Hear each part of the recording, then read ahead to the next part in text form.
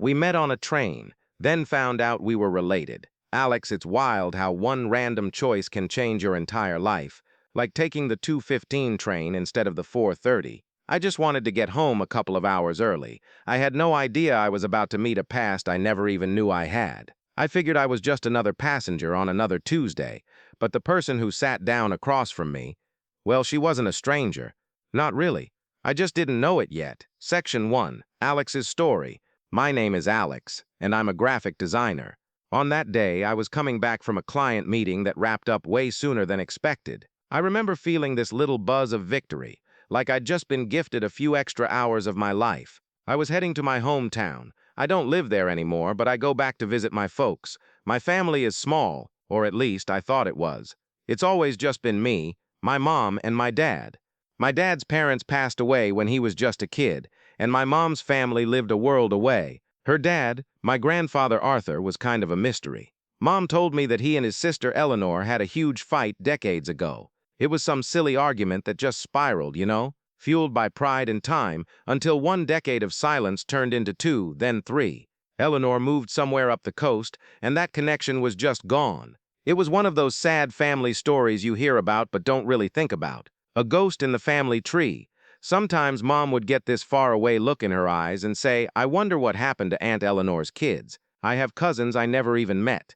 She'd say it like a fact, with this quiet sadness for something that never was. I never pushed her on it.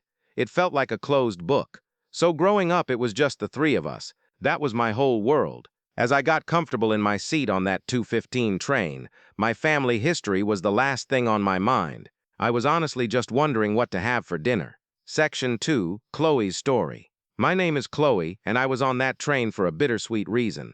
My grandmother Eleanor had just passed away, and I was on my way to a little coastal town to help my mom sort through her house. Grandma Eleanor was the rock of our family, an absolute force of nature. Her house was like a museum of our lives, every single shelf and wall covered in photos and memories. Our family is loud and loving and super close, but there was always one piece missing from the puzzle. On my grandma's mantle, there was this faded black and white photo of her as a young woman, standing next to this handsome guy with the same warm eyes she had. "That's your great-uncle Arthur," she told me once, her voice getting all soft. My brother. The story I knew was pretty murky.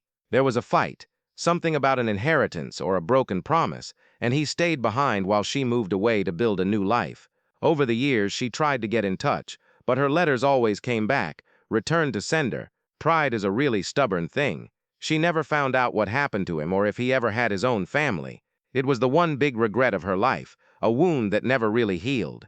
Going through her things felt like digging up a life that was so full of love, but also shadowed by this one huge loss. I found a whole box of letters she'd written to him, all of them unopened. It was just heartbreaking. I got on the train that afternoon with a heavy heart, carrying the weight of my grandmother's story, a story about a family tree with a branch that had been sawed right off. I found an empty seat, sat down, and pulled out a book, just hoping to get lost for a little while. Section 3, The Meeting.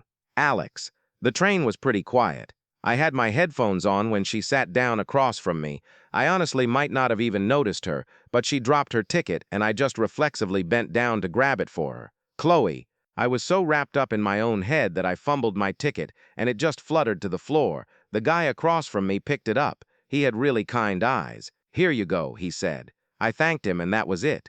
Just a simple, polite moment. But then I noticed the book he was reading. It was this really niche history book about the architecture of old towns in the Northeast. "Alex," she pointed at my book. "Is that any good? My grandfather would have loved that." And that's how it started. A conversation about a book.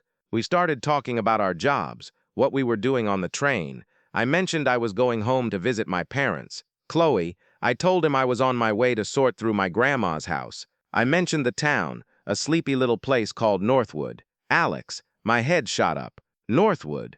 My mom grew up near there. It was a small thing, but it felt like this little spark. We kept talking. Chloe, he asked me about my grandmother. I told him her name was Eleanor. I saw something flicker in his face. Confusion, maybe? He just kind of stared at me for a second. "Alex, Eleanor." The name just hung there in the air. It couldn't be. "That's a beautiful name," I managed to say, but my heart started hammering in my chest. My grandmother's name was Evelyn, but her sister was named Eleanor. My voice felt like it was coming from a million miles away. Chloe, it was like the world just slowed way down. I felt a chill go through me.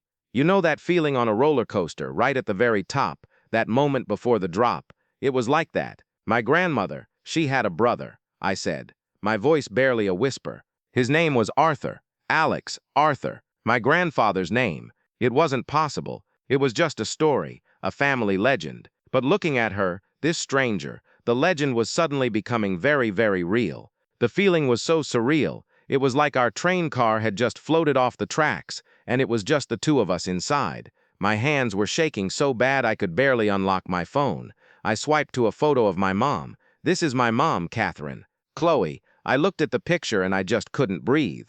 She had my grandmother's smile, the exact same one. I showed him a picture from my phone, the old black and white one from Grandma's mantelpiece, the one of her and her brother. This is my grandma, Eleanor, and this is Arthur, Alex. I stared at the man in that photo. I'd never seen a picture of my grandfather when he was young, but I knew that face. I'd seen it in my own mirror my entire life. The jawline, the brow, it was my face. We just sat there in total, stunned silence with nothing but the rumble of the train filling the void. A trip that started as a simple ride home had just rewritten my entire life. Alex, that moment, it's honestly hard to describe. It was like finding a key to a door in your house you never knew existed. What happened after that didn't just change our lives, it changed our entire family's lives. If this story hits home for you, or if you've had one of those what are the odds moments that changed everything, we'd love to hear about it in the comments. And if you want to see where this insane journey took us next, make sure you subscribe. Section 4. The Aftermath. Chloe, we spent the rest of the ride in a complete haze, just trading little pieces of our family stories. His mom, Catherine, my mom, Sarah. They were first cousins, which made us second cousins. We got off the train at the same station, no longer strangers, but something new, something we couldn't define yet. We both promised we'd call our moms. Alex. I called my mom right there from the station platform. I had no idea how to even start. Mom, I said, I'm at the station, and I'm with someone, her name is Chloe, and her grandmother was Eleanor. The other end of the line was just silent. For a solid 10 seconds, nothing. Then I heard her take this shaky breath. Eleanor's granddaughter? She whispered, her voice cracking with emotion. I could feel the shock right through the phone. Chloe, I had pretty much the same call with my mom, Sarah. Mom, you're going to want to sit down. I walked her through the impossible story. The train, the book, the names. She just started crying. Not just sad tears, but tears of shock and joy, and also grief that her own mom had passed away just before this miracle could happen. It was this complex storm of emotion that only a discovery like this can unleash. The broken branch of our family tree had suddenly, impossibly, started to grow back. Alex. My mom and I drove over to Chloe's grandmother's house that same night, watching my mom and her mom, Sarah, meet for the very first time. It was one of the most powerful things I've ever seen. They just hugged and cried. Two women in their 60s who had been strangers their entire lives, now connected by this insane twist of fate. They kept looking at each other, searching for family resemblances, and finding them everywhere. My mom touched Sarah's face and just said, "You have Arthur's eyes." Conclusion. Chloe. We spent the rest of that night looking through old photo albums. We found pictures of our grandparents as kids, laughing and playing together, long before the argument that tore their world apart. Seeing them like that as a brother and sister felt like it healed a part of our family story that had been broken for over 50 years. We could see our own features in their young faces, a real tangible link to a shared past we never knew. Alex, it's been 6 months since that day on the train. Our families are inseparable now. We do birthdays together. We have weekly dinners. We're just making up for lost time, weaving two families back into one. It's bittersweet when you think about all the decades that were missed, but the joy of what we have now is so much bigger than the sadness of what was lost. I definitely don't feel like I come from a small family anymore. My entire map of belonging has been redrawn, with new borders I never could have imagined. Chloe, that chance meeting didn't just give me a new cousin, it gave me a much deeper sense of who I am. It taught me that family is a connection that time and distance can't really break. And sometimes the journey you take to close a chapter of your life ends up starting the most incredible new one. Our story just goes to show that you can find a connection in the most unexpected places, even in the seat right across from you.